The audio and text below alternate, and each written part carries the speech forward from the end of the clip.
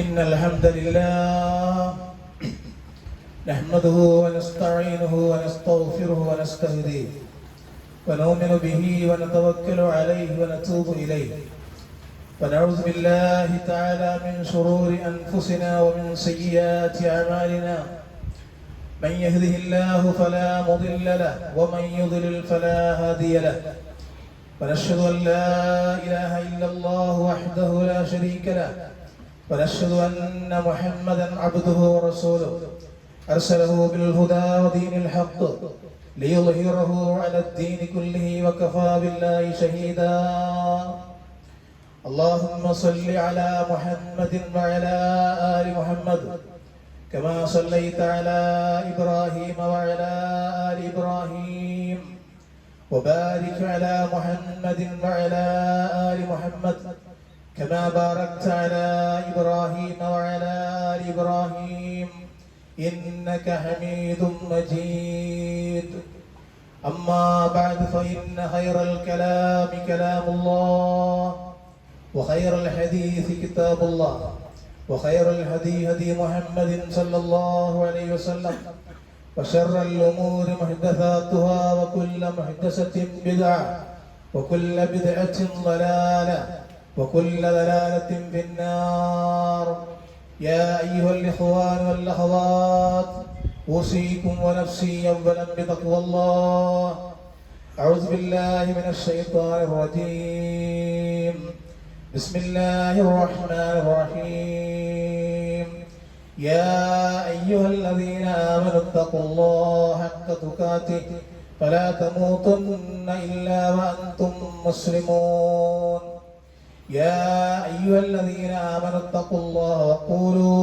قولا سديدا يصلح لكم أعمالكم ويغفر لكم ذنوبكم ومن يطع الله ورسوله فقد فاز فوزا عظيما يا أيها الناس اتقوا ربكم الذي خلقكم من نفس واحدة وخلق منها زوجها وبث منهما رجالا كثيرا ونساء واتقوا الله الذي تساءلون به والأرحام إن الله كان عليكم رقيبا أقم الصلاة لدلوك الشمس إلى وسط الليل وقرآن الفجر إن قرآن الفجر كان مشهودا ഏറെ ബഹുമാനമുള്ള സത്യവിശ്വാസിനികളെ കരുണാവാരിധിയായ അല്ലാഹു സുബ്ഹാനഹു വ തആലയുടെ നിയമങ്ങളും നിർദ്ദേശങ്ങളും ജീവിതത്തിന്റെ എല്ലാ മേഖലകളിലും യഥാവിധി പാലിച്ചുകൊണ്ട് അല്ലാഹു ഇഷ്ടപ്പെടുന്ന മുത്തഖീങ്ങളായി ജീവിക്കണമെന്ന് ഉണർത്തുകയാണ്, ഉപദേശിക്കുകയാണ്, തഖ്വ കൊണ്ട് വസിയത്ത് ചെയ്യുകയാണ്. അല്ലാഹു സുബ്ഹാനഹു വ തആല ഈമാനും തഖ്വയുമുള്ള ഒരു ജീവിതം നൽകി നമ്മെ അനുഗ്രഹിക്കുമാറാവട്ടെ. സഹോദരന്മാരെ, സഹോദരികളെ, ദുൽഖഅദ മാസം ഏതാണ്ട് അതിന്റെ അവസാനത്തിൽ എത്തിയിരിക്കുകയാണ്. ഇനി വരാനുള്ളത് ദുൽഹിജ്ജ മാസത്തിലാണ് ഇനി നാം കടക്കാനുള്ളത്. ഈ മാസത്തെ നാം വിലയിരുത്തുമ്പോൾ ചരിത്രത്തിൽ ഒരിക്കലും മറക്കപ്പെടാൻ കഴിയാത്ത ഒരു പ്രവാചകന്റെ കഥയെ അല്ലെങ്കിൽ ചരിത്രത്തെ നമ്മൾ മനസ്സിലാക്കേണ്ടതുണ്ട്. വിശുദ്ധ ഖുർആൻ ധാരാളം പ്രവാചകന്മാരുടെ കഥകൾ, ചരിത്രങ്ങൾ, അവർ അനുഭവിച്ച ത്യാഗങ്ങൾ, അവർ പ്രബോധന മേഖലയിൽ നേരിട്ടിരുന്ന പ്രശ്നങ്ങൾ, ഇവയെക്കുറിച്ചൊക്കെ ഗൗരവമായി ഉണർത്തുന്നത്. ആ പ്രവാചകന്മാർ പ്രശ്നങ്ങളെല്ലാം ഉണ്ടായിട്ടും അള്ളാഹു ഏൽപ്പിച്ച ഉത്തരവാദിത്വം 100% അവർ പൂർത്തീകരിച്ചു എന്നതാണ് അവരിൽ നിന്ന് നമുക്കുള്ള പാഠം എന്നത്. ആ പ്രവാചകന്മാരിൽ ഒരു പ്രവാചകനാണ് ഇബ്രാഹിം നബി അലൈഹിസ്സലാം. വിശുദ്ധ ഖുർആനിൽ പരാമർശിച്ച 25 പ്രവാചകന്മാരുടെ പ്രബോധന സംരംഭങ്ങൾ, അവരുടെ ചരിത്രങ്ങൾ, അതിൽ ഇബ്രാഹിം അലൈഹിസ്സലാമിന്റെ ചരിത്രവും എടുത്തു കാണിക്കുന്നുണ്ട്. ഇബ്രാഹിം നബി അലൈഹിസ്സലാമിനെ സംബന്ധിച്ചിടത്തോളം പ്രാചീന രാജ്യമായ ബാബിലോണിയയിലെ ഊർ പട്ടണത്തിലാണ് ഇബ്രാഹിം നബി അലൈഹി സ്വലാം ജനിക്കുന്നത്. അദ്ദേഹത്തിന്റെ ജനനത്തിൽ പ്രത്യേകതയുണ്ട്. അതായത് അദ്ദേഹത്തിന്റെ പിതാവ് ആസർ ബിംബാരാധനയുടെ ആളായിരുന്നു. ബിംബക്കച്ചവടം നടത്തി ജീവിതം നയിക്കുന്ന, അല്ലെങ്കിൽ തന്റെ നിത്യവൃത്തി അതുകൊണ്ട് കഴിയുന്ന ഒരാളായിരുന്നു. ശിർക്കൻ വിശ്വാസത്തെ 100% അംഗീകരിപ്പിച്ച് സമൂഹത്തിൽ വലിയ നന്മ കൊയ്യുവാൻ ആഗ്രഹിക്കുന്ന ആളായിരുന്നു ആസർ. ആ ആസറിന്റെ മകനായിട്ടാണ് ഇബ്രാഹിം നബി അലൈഹി സ്വലാം ഭൂജാതനായിട്ടുള്ളത്. അപ്പൊ ഇബ്രാഹിം നബി അലൈഹി സ്വലാമിന്റെ ആ ഒരു ചെറുപ്പകാലത്തെ മാറ്റിവെച്ചുകൊണ്ട് തന്നെ അദ്ദേഹത്തിന്റെ പ്രബോധന മേഖലയിലേക്കാണ് ഇന്നത്തെ ഖുതുബ പ്രയോജനപ്പെടുത്തുവാൻ ഉദ്ദേശിക്കുന്നത്. പ്രബോധന പ്രവർത്തനം എന്ന് പറയുമ്പോൾ അത് ഇസ്ലാമിൽ വളരെ നിർബന്ധമായിട്ടുള്ള ഒരു ഘടകമാണ്. വിശുദ്ധ ഖുർആൻ സൂറത്തുൽ നഹ്ലിലെ 125-ാമത്തെ സൂക്തത്തിൽ അല്ലാഹു പറയുന്നുണ്ട്, ഉദു ഇലാ സബീലി റബ്ബിക ബിൽ ഹിക്മതി വൽ മൗഇദത്തിൽ ഹസന വജാദിൽഹും ബില്ലതി ഹിയ അഹ്സൻ. ഉദു ഇലാ സബീലി റബ്ബിക, നിന്റെ റബ്ബിന്റെ മാർഗ്ഗത്തിലേക്ക് ക്ഷണിക്കണം, ആളുകളെ ക്ഷണിക്കണം. ബിൽ ഹിക്മതി, യുക്തി ദീക്ഷയോടുകൂടെ, വൽ മൗഇദത്തിൽ ഹസന, സദുപദേശത്തോടു കൂടിയും, വജാദിൽഹും ബില്ലതി ഹിയ അഹ്സൻ, ഏറ്റവും നല്ല രീതിയിൽ അവരുമായി സംവാദം നടത്തുകയും ചെയ്യാം. ഇത് മൂന്നും പ്രാവർത്തികമാക്കി എന്നതാണ് ഇബ്രാഹിം നബി അലൈഹി സ്വലാമിന്റെ ചരിത്രം നമുക്കുണർത്തുന്ന പാഠം. ഇബ്രാഹിം നബി അലൈഹി സ്വലാമിന് അദ്ദേഹത്തിന്റെ പ്രബോധനവുമായി ബന്ധപ്പെട്ട് വിശുദ്ധ ഖുർആൻ പഠിക്കുമ്പോ അതിൽ അല്ലാഹു പരാമർശിക്കുന്ന ഒരു ഭാഗം ഇങ്ങനെയാണ്, വത്ലു അലൈഹിം നബ ഇബ്രാഹിം. ഇബ്രാഹിം നബി അലൈഹി സ്വലാമിന്റെ വൃത്താന്തത്തെ നീ അവർക്ക് ഓടിക്കേൾപ്പിച്ചു കൊടുക്കണം പ്രവാചകരെ. ഇദ് ഖാല ലി അബീഹി വ ഖൗമി, അദ്ദേഹം തന്റെ ജനതയോടും അതുപോലെ തന്നെ പിതാവിനോടും പറഞ്ഞ സന്ദർഭം എന്താ പറഞ്ഞിട്ടുള്ളത്? മാ തഅബുദൂൻ, നിങ്ങൾ എന്തിനെയാണ് ആരാധിച്ചുകൊണ്ടിരിക്കുന്നത്? പിതാവേ, ജനങ്ങളെ, നിങ്ങൾ എന്തിനാണ് ആരാധിച്ചുകൊണ്ടിരിക്കുന്നത്? ആ ഒരു ചോദ്യമാണ് ഇബ്രാഹിം നബി അലൈഹി സ്വലാം ആദ്യമായി ഇട്ടുകൊടുക്കുന്നത്. പ്രബോധനത്തിന്റെ ഒന്നാമത്തെ ബുദ്ധിപരമായ ബൗദ്ധികമായിട്ടുള്ള വീക്ഷണത്തെയാണ് ഇബ്രാഹിം അലൈഹി സ്വലാം അവതരിപ്പിക്കുന്നത്. ചോദ്യം ഇട്ട് കൊടുക്കുകയാണ്. അപ്പൊ അവർ പറയാണ്, ഖാലൂ നഅബുദു അസ്നാമ ഫനദല്ലു ലഹാ ആകിഫീൻ. അവർ പറഞ്ഞതാണ്, നഅബുദു അസ്നാമ, ഞങ്ങൾ ബിംബങ്ങളെയാണ് ആരാധിക്കുന്നത്. നിനക്കറിയില്ല ഇതൊക്കെ ബിംബമാണ് എന്ന്? അതിനെയാണ് ഞങ്ങൾ ആരാധിക്കുന്നത്. ഫനദല്ലു ലഹാ ആകിഫീൻ, മാത്രമല്ല അവയുടെ മുമ്പിൽ ഞങ്ങൾ ഭജനമിരിക്കുകയും ചെയ്യാം. ഇതേ ഞങ്ങൾ ചെയ്യുന്നുള്ളൂ. ഞങ്ങൾ അതിന്റെ മുമ്പിൽ ഇരിക്കുന്നു, അതിനോട് പ്രാർത്ഥിക്കുന്നു, അവിടെ ഭജനമിരിക്കുകയും ചെയ്യുന്നു. ഈ മറുപടി ഇബ്രാഹിം നബി അലൈഹി സ്വലാമിന്റെ സമൂഹം ഇബ്രാഹിം നബി അലൈഹി സ്വലാമിനോട് പറഞ്ഞപ്പോ ഇബ്രാഹിം നബി അലൈഹി സ്വലാം അതിന്റെ യഥാർത്ഥമായി ഞങ്ങൾ അങ്ങനെയൊന്നും ചെയ്യരുത്, ഇങ്ങനെയൊന്നും ചെയ്യരുത് എന്നൊന്നും പറഞ്ഞില്ല. ഇബ്രാഹിം നബി അലൈഹി സ്വലാം അവരുടെ ബുദ്ധിയിലേക്ക് ഇട്ടുകൊടുക്കുകയാണ്. അത് ഖുർആൻ ഇങ്ങനെ പറയുന്നുണ്ട്, ഖാല ഹൽ യസ്മഊനകും ഇദ് തദഊൻ ഔ യൻഫഊനകും ഔ യദുറൂൻ. അതാണ് ഖുർആൻ പറയുന്നത്. അദ്ദേഹം പറയാണ്, ഹൽ യസ്മഊനകും ഇദ് തദഊൻ, നിങ്ങൾ വിളിച്ചുകൊണ്ടിരിക്കുന്ന, നിങ്ങൾ പ്രാർത്ഥിക്കുമ്പോൾ അവരത് കേൾക്കുമോ? ഔ യൻഫഊനകും ഔ യദുറൂൻ, അവർ നിങ്ങൾക്ക് ഉപകാരം ചെയ്യുമോ? രണ്ട് കാര്യമാണ്. നിങ്ങൾ പ്രാർത്ഥിച്ചുകൊണ്ടിരിക്കുമ്പോൾ ആ ബിംബങ്ങൾ കേൾക്കുന്നുണ്ടോ? മാത്രമല്ല നിങ്ങൾ അവിടെ വല്ല ഉപകാരവും നിങ്ങൾക്ക് അവ ചെയ്യുന്നുണ്ടോ? ഇതാണ് ചോദിച്ചത്. അപ്പൊ അവരുടെ മറുപടി വിശുദ്ധ ഖുർആൻ ഉണർത്തുന്നത് വളരെ കൃത്യമായിട്ടാണ്. അവർ പറയുന്ന ആ ഭാഗം ഇന്നത്തെ ആധുനിക സമകാലിക സമൂഹത്തിലെ പൗരോഹിത്യം പറയുന്ന ഭാഗവും ഒന്ന് തന്നെയാണ്. അവരെന്താ പറഞ്ഞത്? ഖാലൂ ബൽ വജദ്ന ആബാന കദാലിക യഫ്അലൂൻ. അവർ പറഞ്ഞതാ ബൽ വജദ്ന ആബാന, എങ്കിലും അല്ല, അതായത് നമ്മുടെ പിതാക്കൾ അപ്രകാരം ചെയ്യുന്നത് ഞങ്ങൾ കണ്ടിരുന്നു. അപ്രകാരം പിതാക്കള്, നമ്മുടെ പൂർവികരായിട്ടുള്ള ആളുകൾ, ഞങ്ങളുടെ കാരണവന്മാർ അപ്രകാരം ചെയ്യുന്നത് ഞങ്ങൾ കണ്ടു, അത് ഞങ്ങൾ ഇങ്ങനെ പിന്തുടരുകയാണ് എന്നാണ്. അപ്പോ ഇന്നത്തെ സമൂഹവും ചോദിച്ചാൽ പറഞ്ഞുകൊണ്ടിരിക്കുക എങ്ങനെയാണ്? മരിച്ചുപോയ മൺമറഞ്ഞുപോയ ആളുകൾ, മുഹീദ്ദീൻ ശൈഖ്, ബദരീങ്ങള്, അതുപോലെ മൺമറഞ്ഞ എവിടെയെല്ലാം ജാറങ്ങളുണ്ടോ ആ ജാറങ്ങളിലൊക്കെ കുടിയിരിക്കുന്ന ആളുകളോട് ചോദിക്കുമ്പോൾ നിങ്ങൾ എന്തിനാണ് അവരോട് പ്രാർത്ഥിക്കുന്നത് എന്ന് ചോദിക്കുമ്പോൾ അവരും പറയുന്നത് ഞങ്ങളുടെ പിതാക്കന്മാർ പാരമ്പര്യമായി ചെയ്തിരുന്ന രീതി ഇങ്ങനെയായിരുന്നു എന്നാണ്. അപ്പൊ ഇബ്രാഹിം നബി അലൈഹി സ്വലാം തന്റെ നിലപാട് ആ സമൂഹത്തിൽ വ്യക്തമാക്കുകയാണ്. തൗഹീദ് ഉൾക്കൊള്ളുന്ന ഒരു പ്രബോധകനെ സംബന്ധിച്ചിടത്തോളം ഏത് സമൂഹത്തിലും എന്താവശ്യത്തിലും തന്റെ നിലപാട് പറയണം. എന്താ ഇബ്രാഹിം അലൈഹിസ്സലാം നിലപാട് പറഞ്ഞിട്ടുള്ളത്?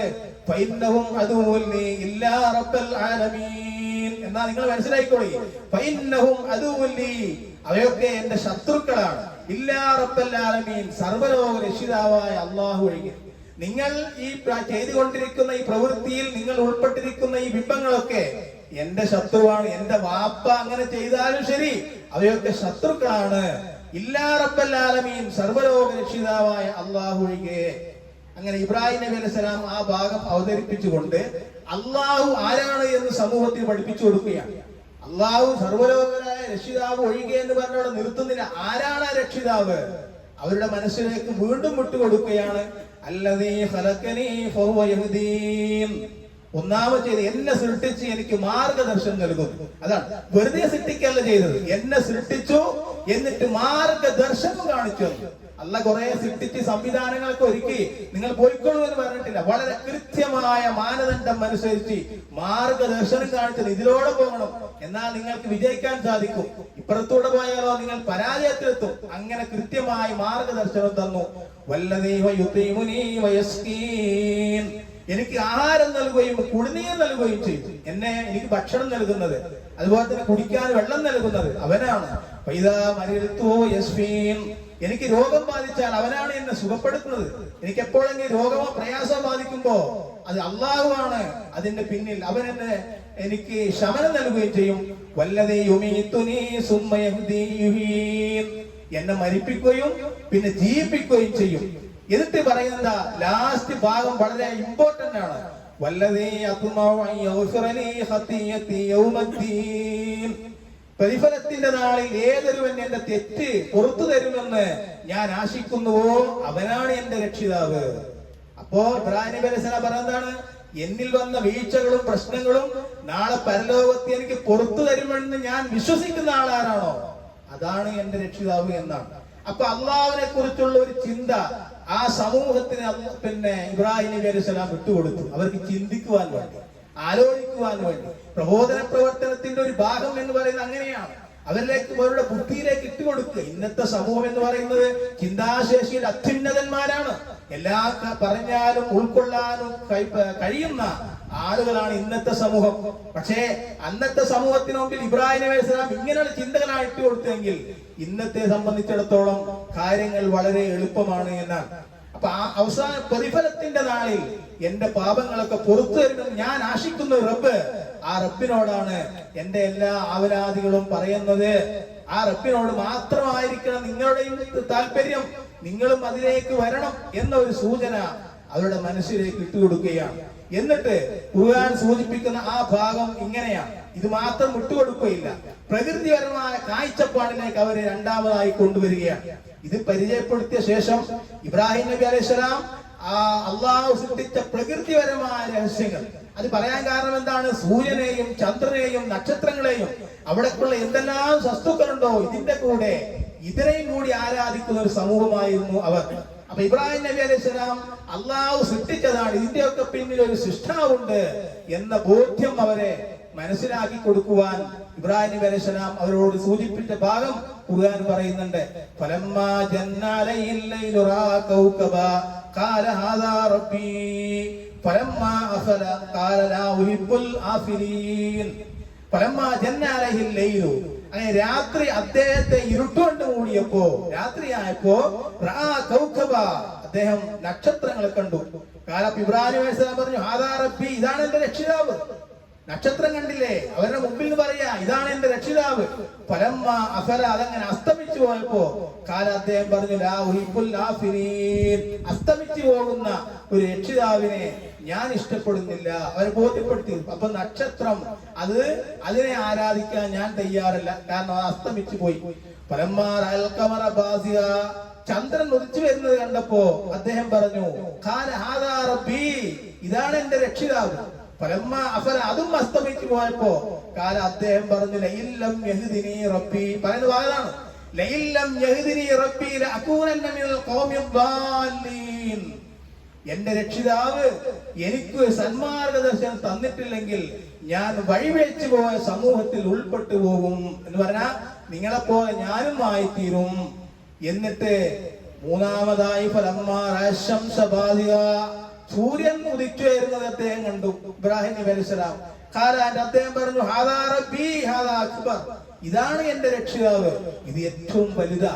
ഇതുവരെ കഴിഞ്ഞ നക്ഷത്രത്തെക്കാളും ചന്ദ്രനേക്കാളും ഒക്കെ വലിയ രക്ഷിതാവാണ് എന്റെ ഈ രക്ഷിതാവ്. ഫലമ്മാ അഫലത്ത്, അങ്ങനെ അതും അസ്തമിച്ചു പോയപ്പോ അദ്ദേഹം പറഞ്ഞു, യാ ഖൗമി ഇന്നി ബരീഉം മിമ്മാ തുശ്രികൂൻ. അവിടെയാണ് അല്ലാഹ് രണ്ടാമത്തെ പ്രാവശ്യം ഇബ്രാഹിം നബി അലൈഹി സ്വലാം തന്റെ നിലപാട് ഒന്നുകൂടെ വ്യക്തമാക്കുകയാണ്. അതായത് സൂര്യനെയും ചന്ദ്രനെയും നക്ഷത്രങ്ങളെയും ഒക്കെ ആരാധിച്ചുകൊണ്ടിരിക്കുന്ന ഈ സമൂഹത്തിന്റെ മുമ്പിൽ അത് ബോധ്യപ്പെടുത്തിക്കൊണ്ട് ഇബ്രാഹിം നബി അലൈഹി സ്വലാം അവിടെയും തന്റെ നിലപാട് പറയുന്നത്, യാ ഖൗമി ഇന്നി ബരീഉം മിമ്മാ തുശ്രികൂൻ, എന്റെ സമുദായമേ, നിങ്ങൾ ദൈവത്തോട് പങ്കുചേർക്കുന്നതെല്ലാം തീർച്ചയായും ഞാൻ ഒഴിവാകുന്നു എന്ന് പറഞ്ഞാൽ ശിർക്കൻ വിശ്വാസത്തിൽ നിന്ന് ഞാനില്ല, ഇതൊക്കെ നിങ്ങൾ ചെയ്യുന്നത് ശിർക്കാണ്, ഈ വിശ്വാസത്തിൽ മാറേണ്ടതുണ്ട്, അവരെ ബോധ്യപ്പെടുത്തി കൊടുക്കുകയാണ്. എന്നിട്ട് അത് കഴിഞ്ഞ ശേഷം യഥാർത്ഥ വിശ്വാസം എന്താണ് എന്ന് ഒന്നുകൂടെ ഉറപ്പിച്ചു പറയുന്ന രൂപത്തിൽ നമ്മളൊക്കെ നമസ്കാരത്തിൽ ചെല്ലുന്ന പ്രാരംഭ പ്രാർത്ഥന അത് വിശുദ്ധ ഖുർആനിലുണ്ട്. അത് ഇബ്രാഹിം നബി അലൈഹി സ്വലാം ഒന്നുകൂടെ പറയുകയാണ്, ആ ശിർക്കൻ വിശ്വാസത്തിൽ ഞാൻ ഇല്ല എന്ന് മാത്രമല്ല, ഇന്നി വജ്ജഹ്തു വജ്ഹിയ ലില്ലദീ ഫതറസ് സമാവാതി വൽ അർള ഹനീഫാ. എന്താണ് ഇന്നി വജ്ജഹ്തു വജ്ഹിയ ലില്ലദീ ഫതറസ് സമാവാതി വൽ അർള ഹനീഫാ, തീർച്ചയായും ഞാൻ നേർമാർഗത്തിൽ നിന്ന് ഉറപ്പിച്ചു നിന്നുകൊണ്ട് ആകാശത്തെയും ഭൂമിയെയും സൃഷ്ടിച്ച ആ രക്ഷിതാവിങ്കലേക്ക് എന്റെ മുഖം തിരിച്ചിരിക്കുന്നു. അപ്പൊ എന്താണ്, സൂര്യനും ചന്ദ്രനും നക്ഷത്രവും ഒക്കെ എന്റെ രക്ഷിതാവിന്റെ സൃഷ്ടിയാണ്, ആകാശം ഭൂമിയാണ് സൃഷ്ടിച്ചവനാണ്. ആ രക്ഷിതാവിന്റെ മുമ്പിൽ എന്റെ മുഖം ഉറപ്പിച്ചു നിർത്തിക്കൊണ്ട് ഞാൻ പ്രഖ്യാപിക്കുകയാണ്, യഥാർത്ഥത്തിൽ ഇതിന്റെയൊക്കെ പിന്നിൽ എന്റെ രക്ഷിതാവ് അല്ലാഹുവാണ് എന്ന് പറയാണ്. വമാ അന മിനൽ മുശ്രികീൻ, ഞാൻ ബഹുദൈവ വിശ്വാസിയിൽപ്പെട്ടവനല്ല എന്ന് പറഞ്ഞാൽ നിങ്ങളൊക്കെ ചെയ്തുകൊണ്ടിരിക്കുന്ന ഈ കാര്യങ്ങളൊക്കെ ബഹുദൈവത്വമാണ്, ശിർക്കിലേക്കാണ്. അതായത് വിഗ്രഹങ്ങളെ നിങ്ങൾ പ്രാർത്ഥിച്ചുകൊണ്ടിരിക്കുന്നത്, നിങ്ങളുടെ ആവലാതി പറയുന്നത്, അതൊക്കെ ശിർക്കാണ്. ആ ശിർക്കിൽ ഞാനില്ല. മുശ്രിക്കീൻ, ഞാൻ ബഹുദൈവ വിശ്വാസിയിൽപ്പെട്ടവനല്ല. അവിടെ നിലപാട് പറയുകയാണ് ഇബ്രാഹിം നബി അലൈഹി സ്വലാം. നോക്കൂ നിങ്ങൾ, ഈ പ്രവാചകന്മാർ അഖിലവും ഈ ലോകത്തേക്ക് വന്നത് തൗഹീദ് പറയുവാനാണ്. ഈ ഏകദൈവ വിശ്വാസം ഇല്ലെങ്കിൽ എന്താ പ്രശ്നമുണ്ടാകുന്നത്? അവിടെ കലഹങ്ങൾ ഉണ്ടാകും, പ്രയാസങ്ങൾ ഉണ്ടാകും, ടെൻഷനുകൾ ഉണ്ടാകും, മനസ്സിന് സ്വസ്ഥത ലഭിക്കുകയില്ല. ആകെ ആകാശത്ത് നിന്ന് വീണവനെ പോലെ എന്ന് ഖുർആൻ പറയുന്നുണ്ട്, ഒന്നും തിരിയാത്ത അവസ്ഥ വരും. അതാണ് പ്രവാചകന്മാർ ഏകദൈവ വിശ്വാസത്തെ, തൗഹീദിനെ സമൂഹത്തിൽ പഠിപ്പിച്ചു കൊടുക്കുവാനുള്ള പ്രത്യേകമായ കാരണം എന്ന് പറയുന്നത്. അങ്ങനെ തന്റെ സമൂഹത്തെ അങ്ങനെ ബോധ്യപ്പെടുത്തിയ ശേഷം ഇബ്രാഹിം നബി അലൈഹി സ്വലാം പിന്നെ ചെയ്യാനുള്ളത് പിതാവിനോടാണ്. ആദ്യം പിതാവിനോടാണ് ഇതൊക്കെ പറഞ്ഞിട്ടുള്ളത്, എന്താണ് സമൂഹത്തോട് പറയുന്നത്. പക്ഷേ പിതാവിനോട് ഇത് പറയുന്ന കാര്യം എന്ന് പറയുമ്പോ പിതാവോട് അറിയപ്പെട്ട ആളാണോ? പിതാവിന്റെ അടുത്ത് നിന്ന് ബിംബങ്ങളെ വാങ്ങി വീട്ടിൽ കൊണ്ടുപോയി പൂജിച്ച് ആരാധിക്കുന്ന സമൂഹമായിരുന്നവർ. ആ പിതാവിനെ മുമ്പിൽ നിർത്തിക്കൊണ്ട് പിതാവിനോട് അദ്ദേഹം സംവാദം നടത്തുന്നുണ്ട്. ഏറ്റവും നല്ല രീതിയിൽ സംവാദം നടത്തിക്കൊള്ളുക എന്ന് പറഞ്ഞിട്ടുണ്ട് ഖുർആൻ. ആ ഭാഗം ഇബ്രാഹിം നബി അലൈഹി സ്വലാം പിതാവിനോട് പറയുന്നുണ്ട്. ഇബ്രാഹിം നബി അലൈഹി സ്വലാം തന്റെ പിതാവിനോട് പറഞ്ഞ സന്ദർഭം, താങ്കൾ ബിംബങ്ങളെ ആരാധ്യന്മാരാക്കുകയോ? തീർച്ചയായും നിന്നെയും നിന്റെ ജനതയെയും ഞാൻ വ്യക്തമായ വഴികേടിൽ കാണുകയാണ്. അതുകൊണ്ട് പിതാവേ, നിങ്ങൾ അതിൽ നിന്ന് മാറണമെന്നാണ്. നിങ്ങൾ ഇപ്പോഴുള്ള വഴി വ്യക്തമായ വഴികേടാണ്. ആ വഴികേടിൽ മുന്നോട്ട് പോയാൽ നിങ്ങൾക്ക് പ്രശ്നമാണ്. അങ്ങനെ പിതാവിനോട് അങ്ങനെ ഉപദേശം കൊടുത്തു.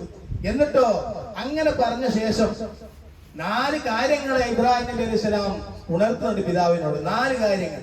അത് ഒന്നാമത്തെ ചോദ്യമാണ്. പിതാവിനോട് ചോദിക്കുന്നത്,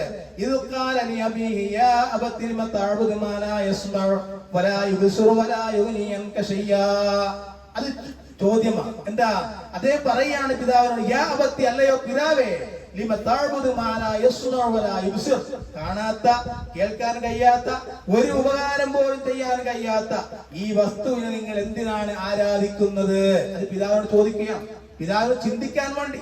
അങ്ങനെയാണ് ഇന്നത്തെ പഠന രീതിയൊക്കെ. നാം കുട്ടികളെ മുമ്പിൽ ഇരുത്തിക്കൊണ്ട് കുട്ടികൾക്ക് വിഷയം അവതരിപ്പിച്ച് കൊടുക്കുമ്പോ അവരുടെ മുമ്പിലേക്ക് ചോദ്യങ്ങൾ ഇട്ട് കൊടുത്തുകൊണ്ട് ആ ചോദ്യത്തിൽ നിന്ന് പാഠം ഉൾക്കൊണ്ടുകൊണ്ടാണ് പഠനങ്ങൾ തുടങ്ങേണ്ടത് എന്ന ഭാഗം കൂടെ ആ സമകാലിക സമൂഹത്തിൽ ഉൾപ്പെടുത്തുമ്പോ നമുക്ക് വായിക്കാൻ സാധിക്കും. എന്നിട്ട് ഇബ്രാഹിം നബി അലൈഹി സലാം പറയാണ് എന്ത്, യാ അബത്തി, അങ്ങനെ വിളിക്കുന്നത് മുശ്രിക്കായ നിഷേധിയായ വാപ്പയെ പോലും ആ വാപ്പയുടെ സാന്നിധ്യത്തെ കുറിക്കുന്നുണ്ട്. ഇബ്രാഹിം നബി അലൈഹി സലാം അത് പൂർണ്ണമായി ഉൾക്കൊണ്ടുകൊണ്ടാണ് പറയുന്നത് ഖുർആൻ, യാ അബത്തി ഇന്നി ഖദ് ജാഅനി മിനൽ ഇൽമ്, പിതാവേ ഞാൻ ഇതാ വിജ്ഞാനത്തിൽ നിന്നുകൊണ്ട് ഞാൻ ഇതാ വന്നിരിക്കുന്നു. മാലങ്ങൾക്ക് നിങ്ങൾക്ക് കിട്ടാത്തത് എനിക്ക് കിട്ടിയതൊന്നും നിങ്ങൾക്ക് കിട്ടിയിട്ടില്ല.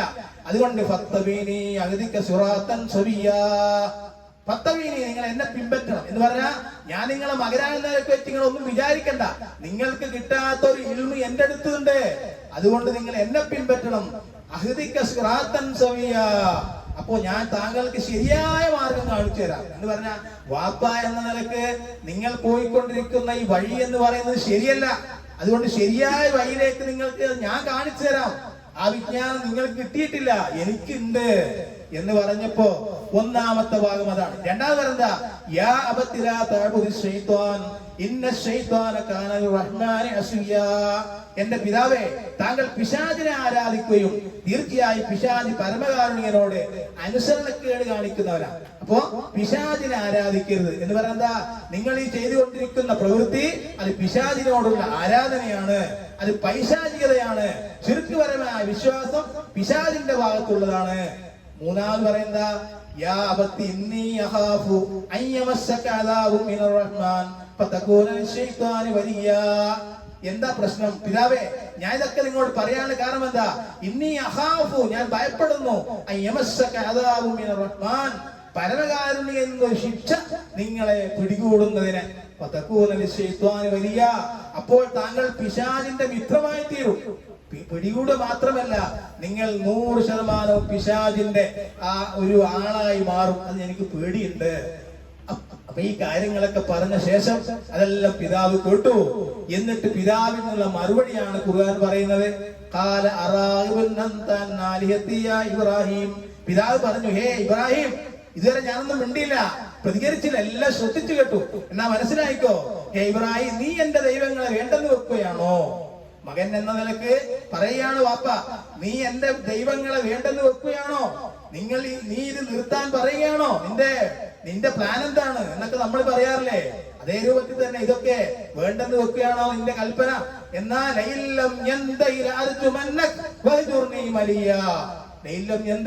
നീ ഇതിന് വിരമിക്കുന്നില്ലെങ്കിൽ, ഈ പരിപാടി ഈ ഉപദേശം നീ നിർത്തിയില്ലെങ്കിൽ, ഇങ്ങനെ പറയാറില്ലേ, ഉപദേശം കേട്ട് കേട്ട് മടുത്ത് പോയി തരി എന്ന് നമ്മൾ ചില ആളുകൾ പറയാറുണ്ട്. എന്നതുപോലെ തന്നെ നിന്റെ ഈ ഉപദേശം നിർത്തുന്നില്ലെങ്കിൽ നിന്നെ ഞാൻ എറിഞ്ഞോടിക്കും. അതുകൊണ്ട് വഹിജുർണി മലിയ, കുറെ കാലത്തേക്ക് നീ എന്നിൽ നിന്ന് വിട്ടുമാറിക്കൊള്ളുക. ഒരു വാപ്പ എന്ന നിലക്ക്, ഒരു മകൻ എന്ന നിലക്ക് നിന്റെ ഈ ഉപദേശം വേണ്ട, നീ എന്നിൽ മാറി നിൽക്കുക. ആ സമയത്ത് ഇബ്രാഹിം നബി അലൈഹി സലാം പറഞ്ഞു, സലാമുൻ അലൈക സഅസ്തഗ്ഫിറു ലക യാ റബ്ബി, അല്ലാഹ് നിങ്ങൾക്ക് സലാം സഅസ്തഗ്ഫിറു ലക റബ്ബി, എന്റെ രക്ഷിതാവിനോട് നിങ്ങൾക്ക് വേണ്ടി ഞാൻ പാപമോചനം തേടും. ഇന്നഹു കാന ബി ഹഫിയാ, തീർച്ചയായും അവനോട് ദയയുള്ളവനാണ്. എന്താ, നിങ്ങളുടെ നന്മയ്ക്ക് വേണ്ടി ഞാൻ അള്ളാഹുവിനോട് ചോദിക്കാം, പാപമോചനം തേടാം, അള്ളാഹു എന്നോട് ദയയുള്ളവനാകുന്നു. ഇവിടെ ഒരു വിഷയം മനസ്സിലാക്കേണ്ടതുണ്ട്. മുശ്രിക്കായ പിതാവിനോട് ഇബ്രാഹിം നബി അലൈഹി സലാം പാപമോചനം തേടിയില്ലേ എന്ന് ചോദിക്കുമ്പോ പിതാവിന് ഒരു മതപരിവർത്തനം ഉണ്ടായി കാണുവാനുള്ള ആശ കൊണ്ടാണ് അദ്ദേഹം അങ്ങനെ പറഞ്ഞത്. എന്റെ പിതാവ് ഇതിൽ നിന്നൊക്കെ മാറിയിട്ട് നല്ല ഒരാളായി തീരണമെന്ന ആഗ്രഹം ഇബ്രാഹിം നബി അലൈഹി സ്വലാമിന് ഉള്ളത് കൊണ്ടാണ് അങ്ങനെ പറഞ്ഞത് എന്ന്. പക്ഷേ പിതാവ് പിശാചിന്റെ മിത്രമാണെന്നും ഒരിക്കലും അദ്ദേഹം തിരിച്ചു വരികയില്ല എന്നും ഞാൻ പറയുന്ന ഉപദേശം സ്വീകരിക്കുകയില്ല എന്നും മനസ്സിലായപ്പോ പിതാവിനെ നേർവഴിയിലാക്കാനുള്ള ശ്രമം അദ്ദേഹം ഉപേക്ഷിച്ചു. ആ ഭാഗം ഖുർആൻ സൂറത്ത് തൗബ 114 അല്ലാഹു പറയുന്നുണ്ട്, വമാ കാന ഇസ്തിഗ്ഫാറു ഇബ്രാഹിം ലി അബീഹി, ഇബ്രാഹിം നബി അലൈഹി സ്വലാം തന്റെ പിതാവിനോട് നടത്തിയ ആ പശ്ചാത്താപം ഉണ്ടല്ലോ, ഇല്ലാ അൻ മൗഇദത്തുൻ വഅദഹാ ഇയ്യാഹു, അദ്ദേഹം പിതാവിനോട് അതിനെ വാഗ്ദാനം ചെയ്തുകൊണ്ട് മാത്രമായിരുന്നു. പാപ്പയല്ല, ഒന്ന് പറഞ്ഞു പോയതാ, നന്നായിക്കോട്ടെ എന്ന് വിചാരിച്ചു പറഞ്ഞതാണ്.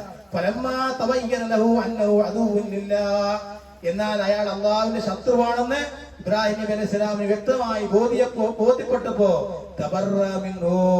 അയാൾ ഇബ്രാഹിം നബി അലൈഹി സ്വലാം അതിൽ നിന്ന് വിട്ടൊഴിഞ്ഞു. എന്നിട്ട് ഖുർആൻ പറയുക, അവിടെയാണ് നമ്മുടെ പോയിന്റ്.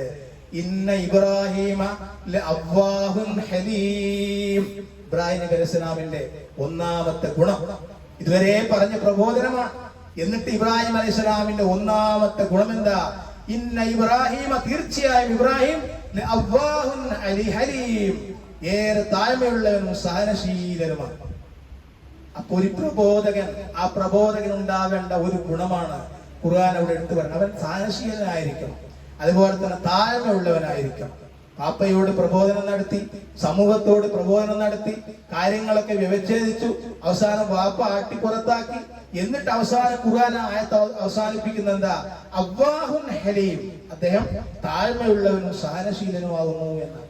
അപ്പൊ ഇതിൽ നമുക്കുള്ള പാഠം എന്താണ്? ഖുർആൻ ഇങ്ങനെ ഈ പ്രവാചകന്മാരുടെ ചരിത്രം ഇങ്ങനെ പറഞ്ഞിട്ട് അതിങ്ങനെ ഓർക്കും. നമുക്കുള്ള പാഠം എന്താണ്? സമകാലിക സമൂഹത്തിൽ ഇതിനെ വായിക്കുമ്പോ നമ്മുടെ സമൂഹം ഇന്ന് ജീവിച്ചിരിക്കുന്ന ഒരുപാട് പ്രതിസന്ധി ഘട്ടങ്ങളുടെ നടുവിലാണ്, ഒരുപാട് പ്രയാസങ്ങളുടെ നടുവിലാണ്. മാത്രമല്ല, ഇസ്ലാമിക പ്രബോധന രംഗത്ത് പ്രബോധനം നിർവഹിച്ചു കൊണ്ടിരിക്കുമ്പോൾ തന്നെയും ഒരുപാട് ശത്രുക്കൾ നമുക്കുള്ള കാലഘട്ടത്തിലാണ്. അപ്പൊ ഈ സാഹചര്യത്തിലൊക്കെ ഇബ്രാഹിം അലൈഹിസ്സലാം സ്വീകരിച്ച നിലപാടും അതുപോലെ തന്നെ ആ നിലപാട് വെച്ചുകൊണ്ട് സമൂഹത്തെ മാറ്റുവാനുള്ള അദ്ദേഹത്തിന്റെ ധൈര്യവും നമുക്ക് ആർജിച്ചെടുക്കുവാൻ സാധിക്കുന്നതോടൊപ്പം നാം സഹനശീലനായിരിക്കണം, അതുപോലെ തന്നെ താഴ്മയുള്ളവനായിരിക്കണം. എന്തുണ്ടായിരുന്നാലും പൊങ്ങച്ചം, അതുപോലെ തന്നെ റിയാവ് എന്നിവയൊന്നും നമ്മൾ കടന്നു വരരുത് എന്ന ഒരു പ്രബോധകനെ സംബന്ധിച്ചിടത്തോളം അവൻ താഴ്മയുള്ള, വിനയാന്യതനായുള്ള വാക്കിൽ, പ്രവൃത്തിയിൽ, അംഗീകാരത്തിൽ ഉണ്ടായിരിക്കണമെന്നാണ് ആ ചരിത്രത്തിന്റെ അവസാന ഭാഗം മനസ്സിലാക്കുമ്പോൾ ഒരു ഗുണമായിട്ട് നമ്മൾക്ക് അള്ളാഹു പഠിപ്പിച്ചു തരുന്നത്. ആ രൂപത്തിൽ ചിന്തിക്കാനും ഉൾക്കൊള്ളുവാനും അങ്ങനെ അള്ളാഹുവിന്റെ മാർഗത്തിൽ ആളുകൾ ക്ഷണിക്കുവാനും ഇബ്രാഹിം മില്ലത്ത് ഉൾക്കൊണ്ട് ജീവിക്കുവാനും അള്ളാഹു നമ്മെ അനുഗ്രഹിക്കുമാറാവട്ടെ.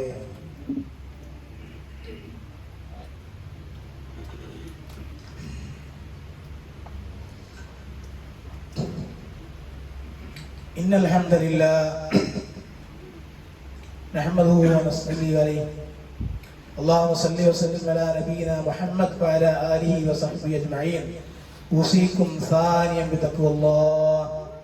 സഹോദരങ്ങളെ, സഹോദരികളെ, രണ്ടാമതും തെക്കുകൾ കൊണ്ട് ജീവിക്കണമേ എന്ന് ഓർത്തുകയാണ്, ഉപദേശിക്കുകയാണ്. ഖുതുബയുടെ ആദ്യത്തില് ഞാൻ നിങ്ങളെ ഓതി കേൾപ്പിച്ചിട്ടുള്ള ഒരു സൂക്തം, അഖ്മിസ് സ്വലാത്ത ലിദുലൂകി ശംസ്, നീ നമസ്കാരം നിർവഹിക്കണം. ലിദുലൂകി ശംസ്, സൂര്യൻ ആകാശത്തിൽ തെറ്റിയത് മുതൽ ഇലാ ഗസഖിൽ ലൈൽ, രാത്രി ഇരുട്ടുന്നത് വരെ. ഖുർആനൽ ഫജ്ർ, ഖുർആൻ പാരായണം ചെയ്തുകൊണ്ടുള്ള പ്രഭാത നമസ്കാരം. സുബഹി നമസ്കാരത്തിന് അങ്ങനെയാണ് എന്ന് പറഞ്ഞ അർത്ഥം എന്താ?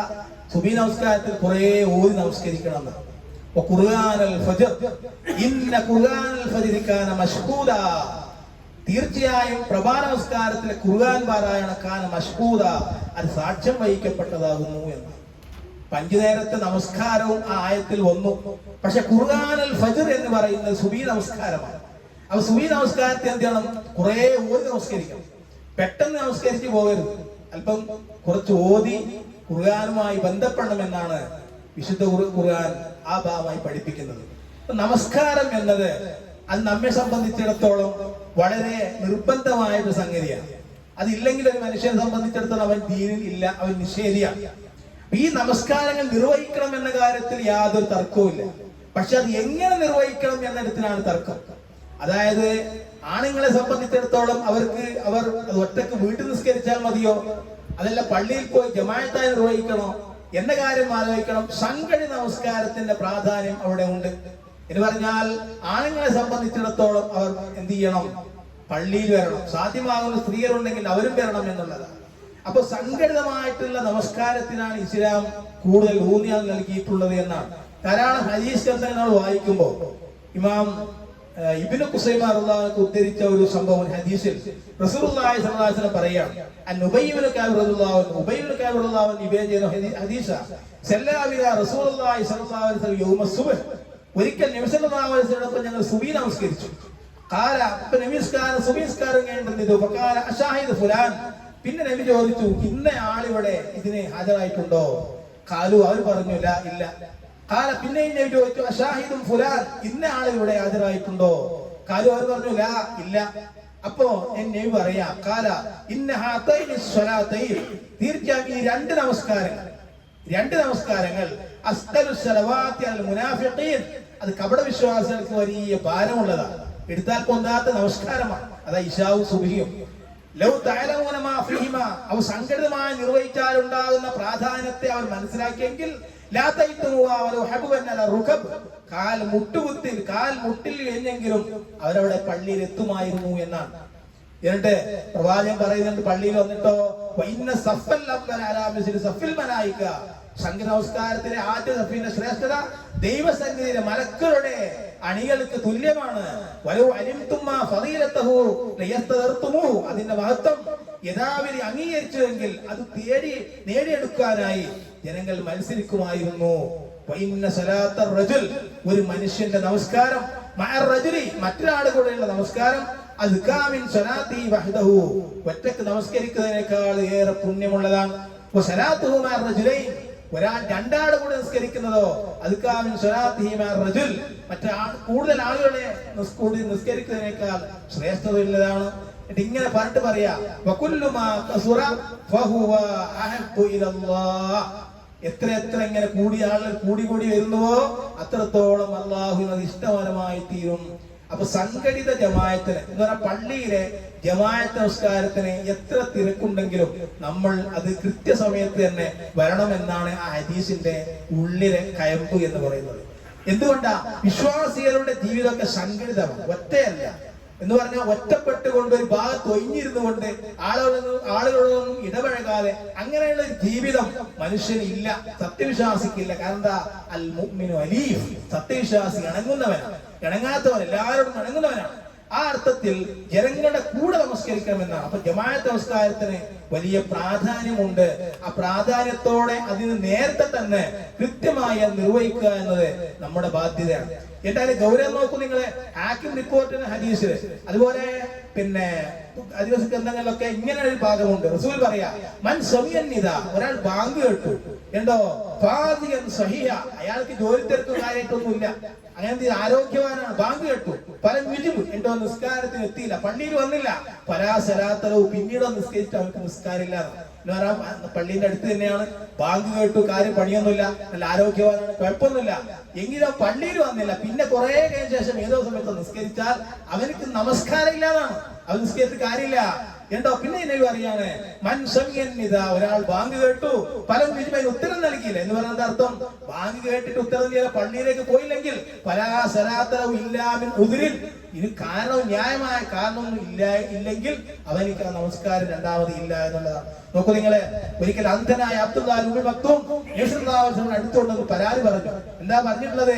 നബിയെ ലൈസലി ഖായിദു യഖൂദു മിനൽ മസ്ജിദ്, എന്നെ പള്ളിയിലേക്ക് നയിച്ചു കൊണ്ടുപോകാൻ പറ്റിയ ആരുമില്ല, എനിക്ക് കണ്ണ് കാണൂല, എന്നെ പള്ളിയിലേക്ക് കൊണ്ടൊരാളുമില്ല, കൈപിടിച്ച് കൊണ്ടുവരാരുമില്ല, അതുകൊണ്ട് പള്ളിയിൽ നിന്ന് ഞാൻ ബാങ്കൊക്കെ കേൾക്കുന്നുണ്ട്, പള്ളിയിൽ വരുന്ന എനിക്ക് വല്ല ഇളവുമുണ്ടോ എന്ന് ചോദിച്ചപ്പോ റസൂൽ ചോദിച്ചത് നീ ബാങ്ക് കേൾക്കാറുണ്ടോ എന്നാണ്. അപ്പം ഞാൻ ബാങ്ക് കേൾക്കാറുണ്ട് നബിയെ, മാ അജിദു ലക റുഖ്സ, ഞാൻ നിനക്ക് ഒരു റുഖ്സയും ഒരു ഇളവും എന്നില്ല, കാണുന്നില്ല എന്നുള്ളതാണ്. അപ്പൊ അത്രയും ഗൗരവമുള്ളതാണ് പള്ളിയിൽ വന്ന് ജമാഅത്തായി നിർവഹിക്കുക എന്നുള്ളത്. നമ്മുടെ അങ്ങാടി ആയിരുന്നാലും ഏത് സ്ഥലത്തായിരുന്നാലും എവിടുന്നാണോ ബാങ്ക് കേൾക്കുന്നത് ആ ബാങ്കിന് നമ്മൾ ഉത്തരം നൽകണമെന്നാണ്. എന്ന് പറഞ്ഞാൽ ഒരു വിശ്വാസിയെ സംബന്ധിച്ചിടത്തോളം വീട്ടിൽ നിന്ന് സുന്നത്ത് നിസ്കാരമേ ഉള്ളൂ, ബാക്കിയൊക്കെ അവർക്ക് പള്ളിയിൽ വെച്ചിട്ടുള്ളതാണ്. അതുകൊണ്ട് ഒക്കെ നമുക്കൊക്കെ പരിചയമുള്ള ഹദീസുണ്ട്, ഒരാൾ ഒറ്റക്ക് നിസ്കരിക്കുന്നതിനേക്കാൾ 27 ഇരട്ടി പ്രതിഫലമുണ്ട് എന്നൊക്കെയാണ്. അപ്പൊ ഇതൊക്കെ നമ്മൾ മനസ്സിലാക്കുമ്പോൾ ജമാഅത്തിനെ തുടങ്ങുക അവസാനത്ത് വന്ന് ചേരല്ല, ജമാഅത്തിന്റെ ആദ്യ സമയത്ത് തന്നെ പള്ളിയിൽ എത്തുക എന്ന പുണ്യമാണ്. ഒന്നാമത്തെ സഫിൽ വന്നാൽ വലിയ പുണ്യമാണ്, അതിന് ശേഷമേ പിന്നെ ഓരോന്നുള്ളൂ.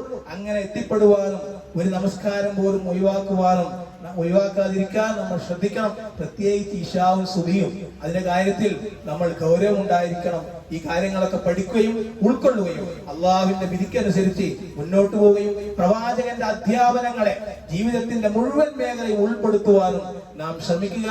അങ്ങനെ ശ്രമിക്കുന്ന മുത്തഖീങ്ങളിൽ അള്ളാഹു നമ്മെ ഉൾപ്പെടുത്തി അനുഗ്രഹിക്കുമാറാവട്ടെ. അള്ളാഹുവേ, നല്ല കാര്യങ്ങൾ ചെയ്യുവാനുള്ള മനസ്സും ആരോഗ്യവും ഞങ്ങൾക്ക് നൽകി അനുഗ്രഹിക്കണമേ തമ്പുരാനെ. അള്ളാഹു, മാറാവ്യാധികളുടെ ലോകത്താണ് ഞങ്ങൾ ജീവിക്കുന്നത്. നാഥാ, മാറാവ്യാധികളെ കൊണ്ട് ഞങ്ങളെ പരീക്ഷിക്കരുതേ തമ്പുരാനെ. അള്ളാഹുവെ, ഞങ്ങൾക്കും ഞങ്ങളുടെ പണ്ഡിതന്മാർക്കും അള്ളാഹുവെ പ്രബോധനരംഗത്ത് പ്രവർത്തിച്ചുകൊണ്ടിരിക്കുന്ന ഞങ്ങളുടെ നേതൃത്വത്തിനും നീ ദീർഘായുസും ആഫിയത്തും ആരോഗ്യം നൽകണേ തമ്പുരാനെ. അള്ളാഹു, ഒരുപാട് പ്രതിസന്ധികൾ ഞങ്ങൾക്കുണ്ട്. അള്ളാഹുവെ, ആ പ്രതിസന്ധികളൊക്കെ ഞങ്ങൾക്ക് തീർത്ത് നീ നല്ല ആശ്വാസം നീ അനുഗ്രഹിക്കണമേ തമ്പുരാനെ. അള്ളാഹുവെ, നല്ലൊരു ഭരണ നേട്ടം ഞങ്ങൾക്ക് നീ കേൾപ്പിക്കണമേ തമ്പുരാനെ. അള്ളാഹു, ഫാസിസ്റ്റുകളുടെ കയ്യിൽ നിന്ന് രാജ്യത്ത് ഒഴിഞ്ഞു മാറുന്ന ഒരു റിസൾട്ട് ഞങ്ങൾക്ക് നീ കേൾപ്പിക്കണേ തമ്പുരാനെ. നാഥാ, ഞങ്ങൾ പരീക്ഷിക്കല്ലേ തമ്പുരാനെ. ഇനിയും ക്രൂരന്മാരായ ധിക്കാരികളായ ഭരണാധികാരികൾ തന്ന് പരീക്ഷിക്കരുതേ തമ്പുരാനെ. അള്ളാഹു, അവരെ എല്ലാ സ്ഥലത്തും അവരെ പരാജയപ്പെടുത്തണമേ തമ്പുരാനെ. പരാജയപ്പെടുത്തണമേ തമ്പുരാനെ. ربنا آتنا ما وعدتنا على رسلك ولا تخزنا يوم القيامة إنك لا تخلف الميعاد. اللهم أرنا الحق حقا وارزقنا اتباعه وأرنا الباطل باطلا وارزقنا اجتنابه. اللهم اغفر للمؤمنين والمؤمنات المسلمين والمسلمات الأحياء منهم والأموات إنك مجيب الدعوات وقاضي الحاجات.